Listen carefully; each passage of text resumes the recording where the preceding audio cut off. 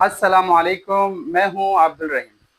पिछले एक हफ्ते से खैबर पख्तूनख्वा के जो सेनेट के इलेक्शन है वो एक ड्रामे का मंजर पेश कर रहे हैं। हुकूमत और अपोजिशन के दरमियान ये मुआहदा हुआ था कि 6 सेनेटर जो है वो हुकूमत के और 5 सेनेटर जो है वो अपोजिशन के बिना किसी मुकाबले के सेनेटर बन जाएंगे। लेकिन इस मुआहदे के बाद तारिक इंसाफ के वो उम्मीदवार जो अपोजिशन के खिलाफ खड़े थे, जिसमें इरफान सलीम, वकास और कज़ई और जो है इरशाद हुसैन और आयशा बानो है, इन्होंने इस मुआहदे की मुखालफत करते हुए कहा कि हम इस मुआहदे को नहीं मानते और हम हमारे जो नॉमिनेशन पेपर है वो भी हम वापस नहीं लेंगे और हम इलेक्शन लड़ेंगे।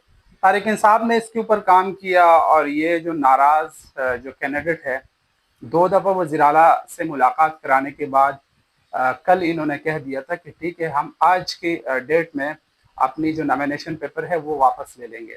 लेकिन इन्होंने नॉमिनेशन पेपर वापस नहीं ली और साथ साथ ये ऐलान किया कि हम 21 तारीख को जो सेनेट के इलेक्शन होने जा रहे हैं उसमें हम भरपूर तरीके से हिस्सा लेंगे। आज गवर्नर हाउस में भी एक मीटिंग हुई जिसमें ये फैसला किया गया कि हमारे जो 6 उम्मीदवार है, जो हुकूमत के जो उम्मीदवार है जो उनके मुकाबले में खड़े थे, वो भी अपना नॉमिनेशन पेपर वापस नहीं लेंगे। तो ये जो मुआहदा है, मैं समझता हूँ कि ये ख़तरे में पड़ गया और मुझे नहीं लग रहा कि ये मुआहदा अब कामयाब हो पाएगा। लेकिन एक चीज़ जो है इसमें बाकी है कि तारिक इंसाफ ने अपनी सियासी कमेटी का इजलास बुलाया, उसमें हतमी फैसला किया जाएगा कि क्या ये जो नाराज़ जो अरकान है इनकी बात को जो है एक्सेप्ट करना है या जो मुआहदा है उस पर अमल दरामद करना है। ये आज ही ये फैसला इंशाअल्लाह हो जाएगा, उम्मीद है। लेकिन मुआहदे का बहुत बड़ा फ़ायदा भी है। क्यों?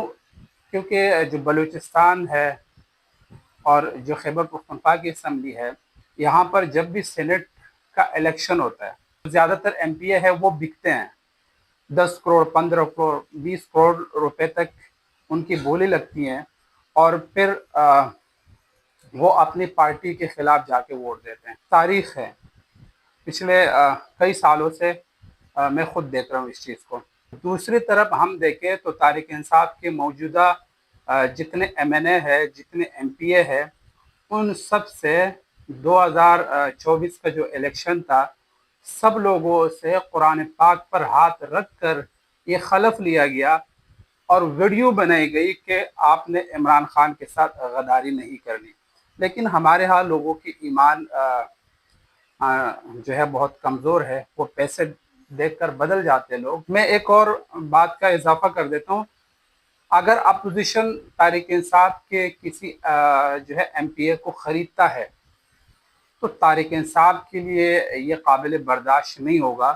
तो तारिक इंसाफ भी फिर अपोजिशन के लिए मुश्किलात जो है खड़े करेंगे। और सबसे बड़ी मुश्किलात अपोजिशन के लिए क्या है कि जो मखसूस नशस्तों के जो अरकान है उनसे अब तक खलफ नहीं लिया गया। कल की तारीख में उनसे खलफ लिया जाएगा। अगर तारिक इंसाफ के एमपीए को ख़रीदने की कोई कोशिश करता है तो हो सकता है कि जो सूबाई असम्बली का स्पीकर है वो इन अरकान से खल्फ ना ले। तो यहाँ बड़ी अजीब सिचुएशन है, लेकिन उम्मीद है जो भी होगा बेहतर होगा, इस मुल्क के लिए जो है बेहतर होगा और कौम के लिए बेहतर होगा। बहुत शुक्रिया।